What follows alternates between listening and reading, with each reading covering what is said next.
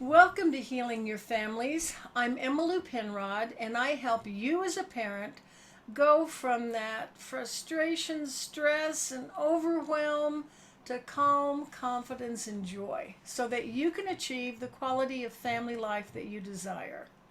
I am so excited for today's episode. I have a guest who has handled that probably greatest challenge a parent will ever have to face, and that's having a critically ill child. But her name is Karla Italiano, and she has excelled in several areas of her life. She's a former engineer with a master's degree. She's been successful in corporate life. She's been successful in the marketing world, and she's sharing her story now as a mother. Karla, welcome. Thank you so much, Emmylou. This is such an honor to be on here with you. Thank you for the invitation. I just love your mission so much and all the work that you're doing for families.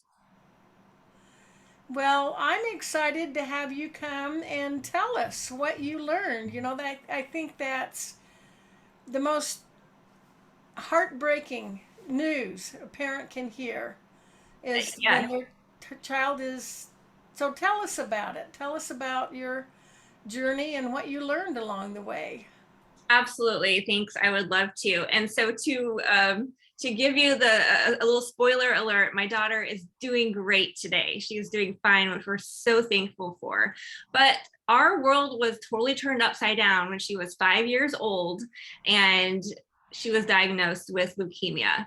My daughter, Clara, is a twin. She's one of three girls that we have, and she was the healthiest girl. I mean, she is still today. She hardly ever got sick and was really involved in gymnastics and dance and sports, excelling at school, just normal, everyday, typical, amazing, beautiful child that nobody would have ever thought something was wrong with her. So when she did start to get sick several days in a row, it really was concerning. And we took her to the doctor. They gave her antibiotics, but that wasn't working. I know she was getting more and more tired. It just wasn't getting better. And so then I made another appointment just to take her back again. And at this appointment, they noticed she had like some small bruises all over her skin and some strange symptoms. They told us to get her to the emergency room right away. And it was there that she was put through a lot of tests, which looking back, they were just trying to eliminate the possibility that it was anything else. And it was later that night that we received the diagnosis that she she had leukemia. And so that began our over 2 year journey of chemotherapy. And for me at this point, you mentioned I had been in corporate as an engineer. I had left that career to become an entrepreneur full time. My first adventure didn't quite go as I was hoping, but my second adventure by that point had grown to a place that had given us some stability financially, which was really amazing, which I think is part of our theme night, is like doing things in advance to make hard choices and challenging and lock into the habits that create the long-term results that you wanted. So that was one thing I was really grateful for, because at the time we needed it for her, I had the choice of time. I had built up mostly residual income such that I then had time freedom to spend with her and help her get better. And I also had the resources because my new venture is in health and wellness. And so I had learned so much on our journey. I had laid the foundation, which I would discover also during the time was potentially what saved her life, because she got very sick at several points. Was sedated on a ventilator for almost 2 weeks in the ICU. She was very, very weak, but it was because we had built this foundation of wellness in her that we were praised for that, sustaining her. So I learned the importance of that and was so thankful that we had taken those challenging steps and with the family, kind of had those fights over don't eat the extra sugar and let's get the protein and let's get your vitamins, and was so grateful for all of it at that point. And she pulled through amazingly. We continue to advocate for her. 2 years of chemo will do a lot of things to your body and to your brain. And we did a lot during that season to protect her nutritionally. And then long term, we are very focused on her wellness, as well as all of our other girls and all of our family. And we continue to be thankful for the choices that we can make to continue to support her and all of us and our family. And so it's my understanding that because you had already incorporated this good nutrition, this healthy lifestyle, that really helped her to get through the chemotherapy treatment, and didn't that make it a lot easier for her? Absolutely. Like, for example, we were big on green smoothies and protein shakes and always getting consistent protein throughout the day. And, there is a protein deficiency is one of the highest risk factors of death when you have an infection, which is what she faced for a time.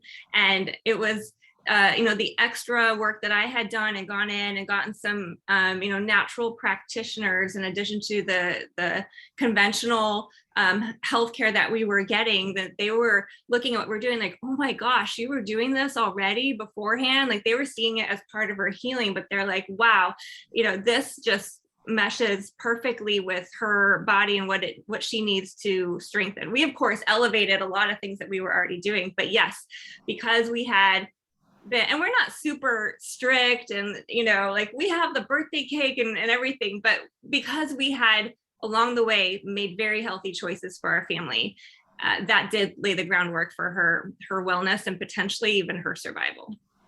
I believe it. I really believe it. Now, you also mentioned not only, so some of the hard choices you had to make is, do you make a point of making sure the family eats healthy foods? And I totally agree. It isn't the occasional birthday cake that's the problem. It's the what do you eat daily? And then not only that, you also mentioned financial preparation.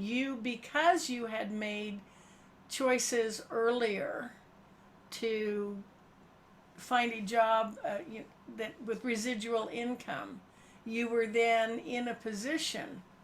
You didn't lose money by taking off work.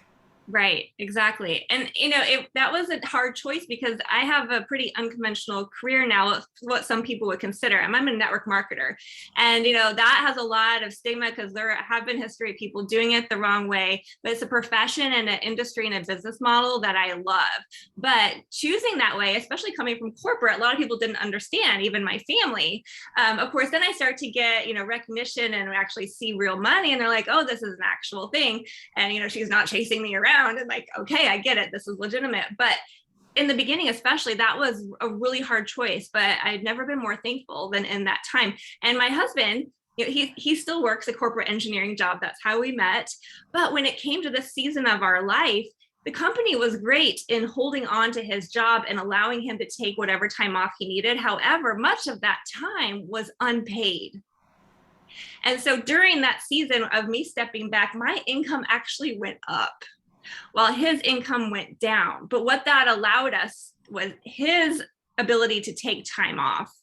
And we weren't stressed about the finances because it was still coming in. So he had the ability to take off, and we would switch, because we have 3 girls. So one was in the hospital and 2 were at home. So we were, making rotations. A lot of times it was 24 hours, and we would switch, and he'd go to the office while the other 2 were at school, and then we switch around. But we had that choice. He had that flexibility because of that, unconventional and challenging decision that I made, not just to pursue it, but then to stay in the game and to build my business to a level that allowed us to be sustained.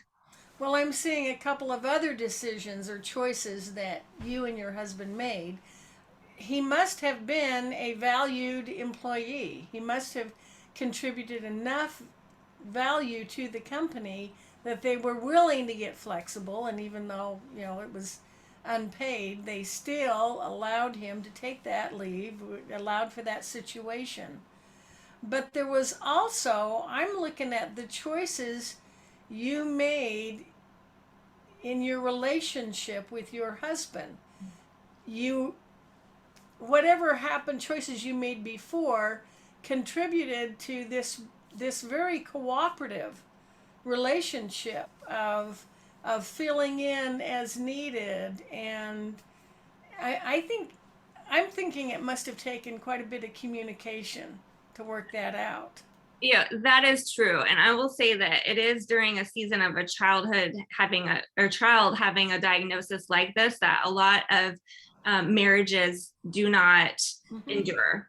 And having gone through that, those challenges, I see where that's a possibility. But you're absolutely right. Communication is so important. And I think something that happened during that season that was really hard for me is there were times where I felt like, you're observing, and maybe because I'm sharing it, it's coming off that we were doing great. We were being communicative. We had to decide on her, her treatment. We had different options because she had this rare kind of leukemia, and I felt like we were really communicating. But sometimes in those seasons, even though I felt we were doing well, he felt like we weren't. And I think there were seasons, like in his mind, where one thing was going wrong, which was our daughter situation. Everything was going wrong, even though I perceived it right. So it was more than just communicating to make sure things are okay. It's communicating to make sure that we're perceiving it as okay, and whatever problem, even if I don't perceive a problem, if you do, let's talk about it. And so even getting to that point where I realized that we weren't seeing it the same, regardless of how we were doing, that required an additional level of communication. But I'm so thankful, and we have a great relationship, and we've certainly had our ups and downs in our marriages, but we are solid. And I think through that process, it helped to even draw us closer together. The key is that when there was a stress, when there was this challenge, you were able to pull together rather than pulling separately. I know I have experienced sometimes we recently celebrated our 49th wedding anniversary, and I know we get to the point where we've been married so long we just assume I will think something and then somehow think that I must have told him when in fact I just thought it was still in my head. So it's easy enough to have that kind of a misunderstanding. Yes. Well, congratulations on your anniversary. That is outstanding.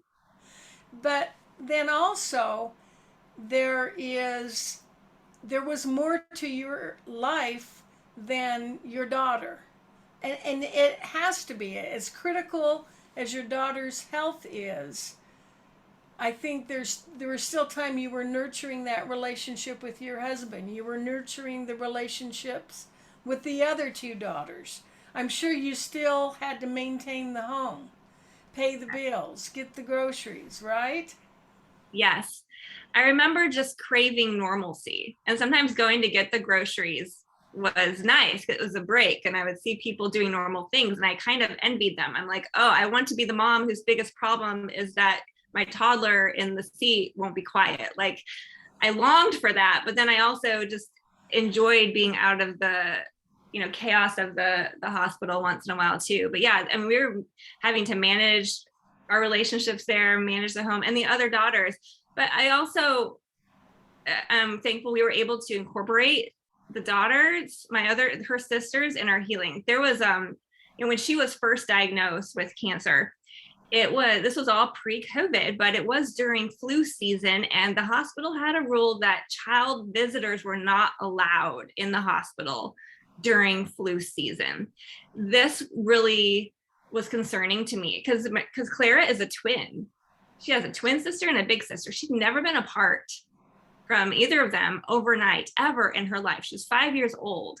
And when she was first diagnosed, they were giving her quite a few blood transfusions, but they weren't holding. They're having to give more and more. She just wasn't getting any stronger. And she required a surgery to initially place her port, which was going to be part of her long-term treatment. And she just wasn't in a place stable enough to have that surgery. So I begged and begged for an exception and there's pictures of that we've shared and posted. Maybe I could share with you later, but there's pictures of the two sisters outside in the courtyard of the hospital, waving up to our other daughter, their sister, in the room. And it's heartbreaking, but also sweet that they would be there for her day and night.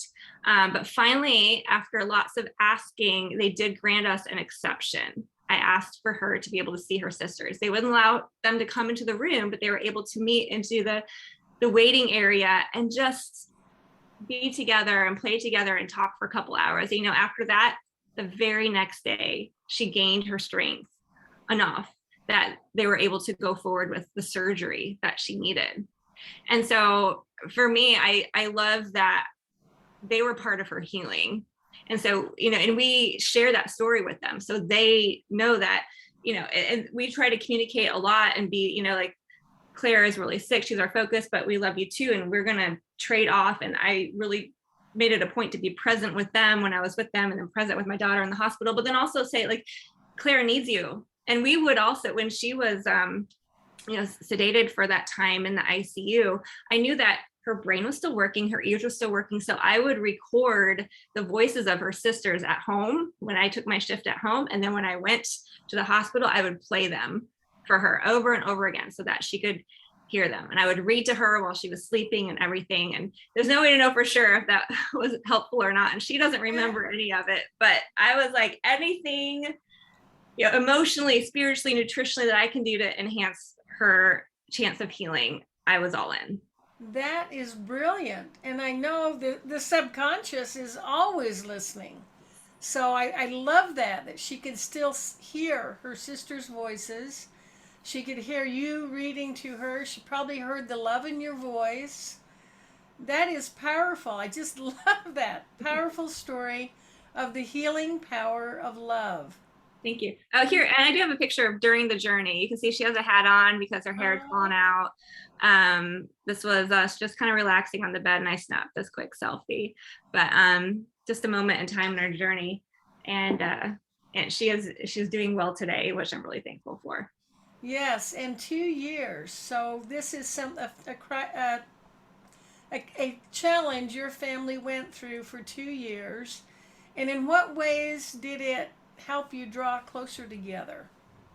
Yes, well, I think the examples of allowing all the girls to know that they were important to each other, and being mindful of this situation where we were separated much of the time as a family, and really valuing that time together. Whenever we were home, we would just make it a point to enjoy each other. You know, we were granted a Make-A-Wish trip, which part of that joy is just getting to spend that time together and really bond as a family. And I think, again, trying to keep as much normalcy as possible was really helpful. Keeping the routines, keep you know, the food going, keep the play dates going. Also, you know, we had friends who would recommend different camps, like painting camps or art camps that were happening. She was diagnosed in March, so she didn't finish her kindergarten year, but then that summer was really intense. So we kept the other girls busy with normal activities, their sports, things as much as possible, so that we could still, you know, celebrate them and feel like a family. And you touched on something I really want to talk about, and that's how friends and extended family also supported you.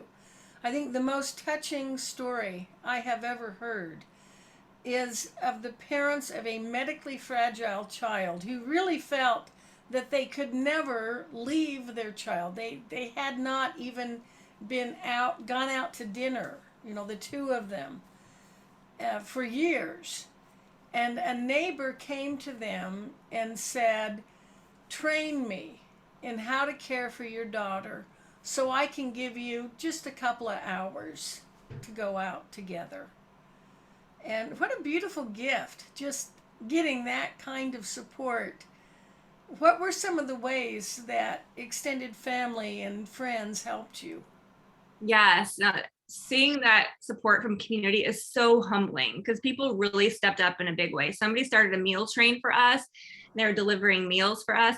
At the time she was diagnosed, my in-laws from Italy had actually just arrived.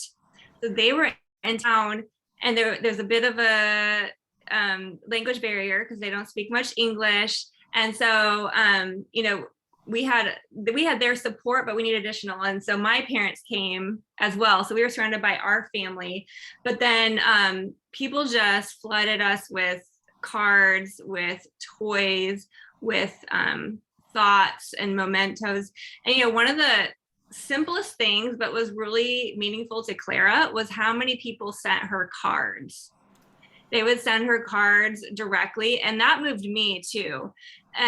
Just to think, because a lot of times it was people I didn't really know, but maybe like a friend of a friend shared our story on Facebook, and they would reach out, and then back at their home church, they would organize a Sunday school class to all write cards to Clara. And we would get those packages, and it would just be so humbling for me. And Clara would read through every single one, and then we would tape them all up on the walls because they were kind of, boring colored walls, and that made them really colorful. It was a simple thing, but that was so moving to feel that support from the community. And you were talking about the normalcy, keeping the routine going. Well, in times of extreme stress, isn't that when nutrition becomes even more important? Yes, absolutely.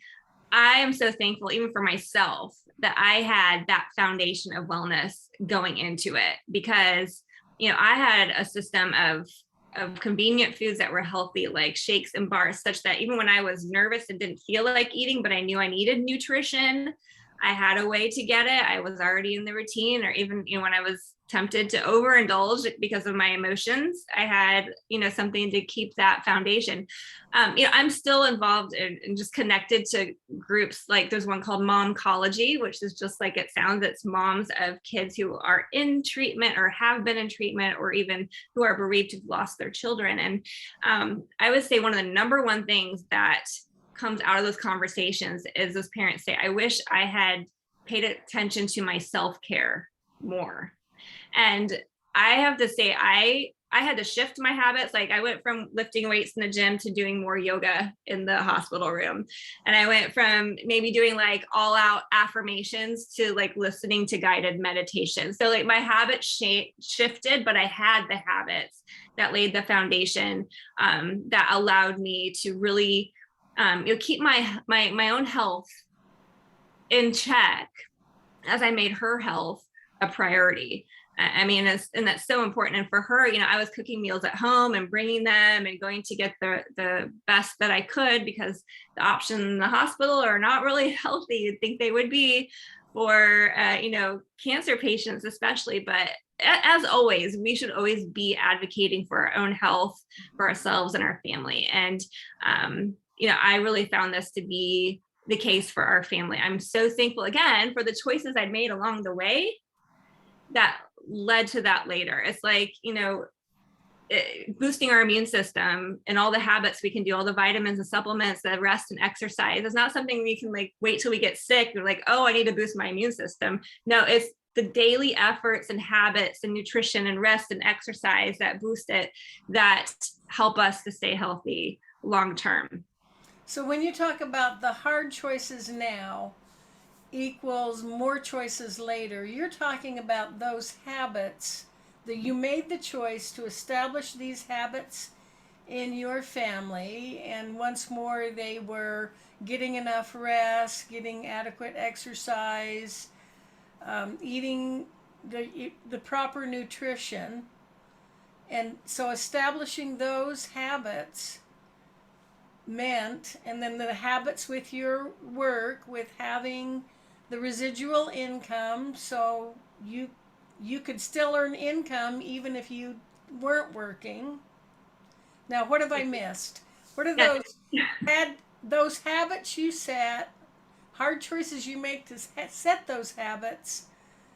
Let's just recap those quickly. Yes, no, I think that is key. And these are all areas that I'm still growing in. So I'm in no way, perfect in this, but I think it is, again, just to point out the power of the small choices that we take on a daily basis.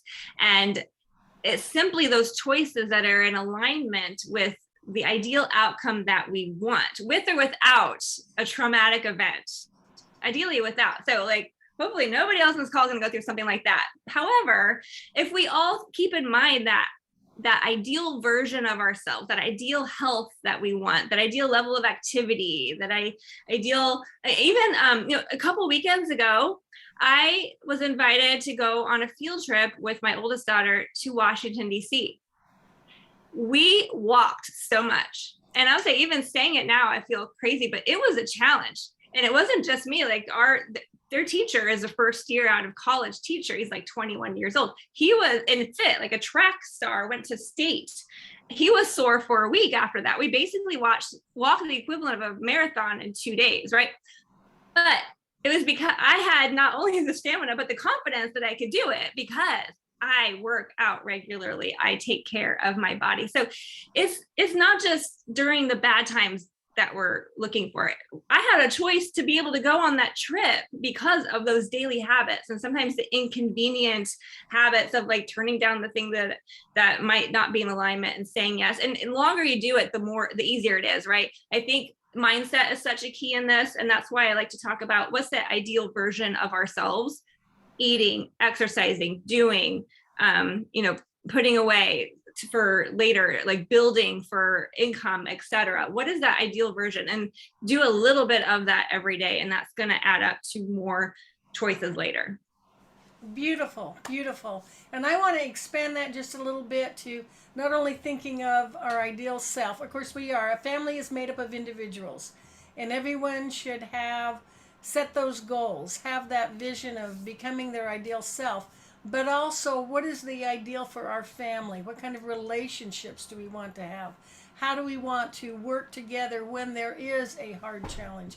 Of course, you didn't plan on your daughter being diagnosed with leukemia, but you planned for this. Everyone becoming their ideal self, and your family being functioning at the ideal level, and therefore you got the result you did. Yes, I love that.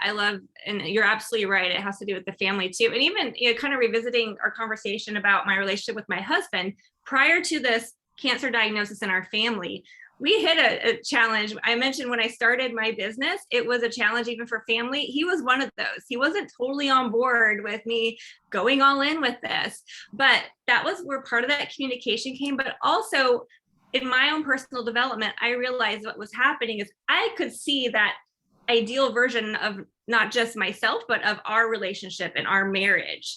And I knew that me going for this goal was going to be good for us long term. I could see it. So, if I could like kind of theoretically in my mind imagine us holding hands and walking towards that goal, eventually my brain hits that comfort zone, which the natural response to that comfort zone is to recoil. But the thing that motivated me to keep going was the long-term benefit, financially, relationally, everything.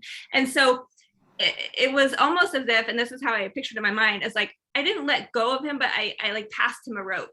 And I'm kind of like theoretically, I'm like, I'm going to keep moving down this rope. I'm not letting go, but like when you're ready, you just come and I'm going to get there and it's going to help us out.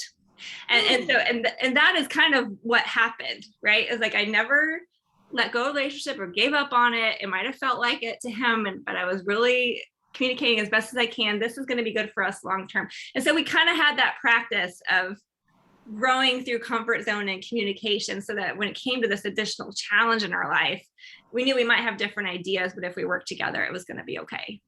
Oh, beautiful analogy. I love that. Now we just have a minute and a half left.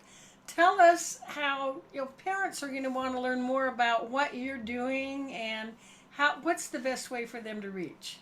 Oh, that's great. Well, I'm all over social media, and probably where everything is collected together is my Flow page. So you go to flow.page/Karla Italiano. That's FLOW.page/Karla with a K, Italian plus an O.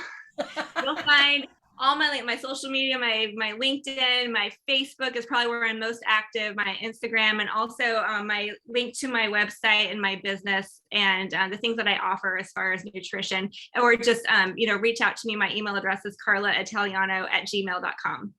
All right. So they just need to know your name and they're going to be able to find you. Yes. Awesome. Karla, thank you so much for joining us, and thank you for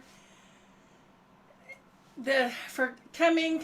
The listeners, come back again next week at the same time. We will be listening to Daniel and Juliet, and they are fertility wellness experts and they have the answer. For couples over 35 who long to have that precious little one, they have an answer. Till then, love yourself, love your families. Remember, we're making the world a better place by strengthening families, one family at a time. This is Emma Lou Penrod at healingyourfamilies.com.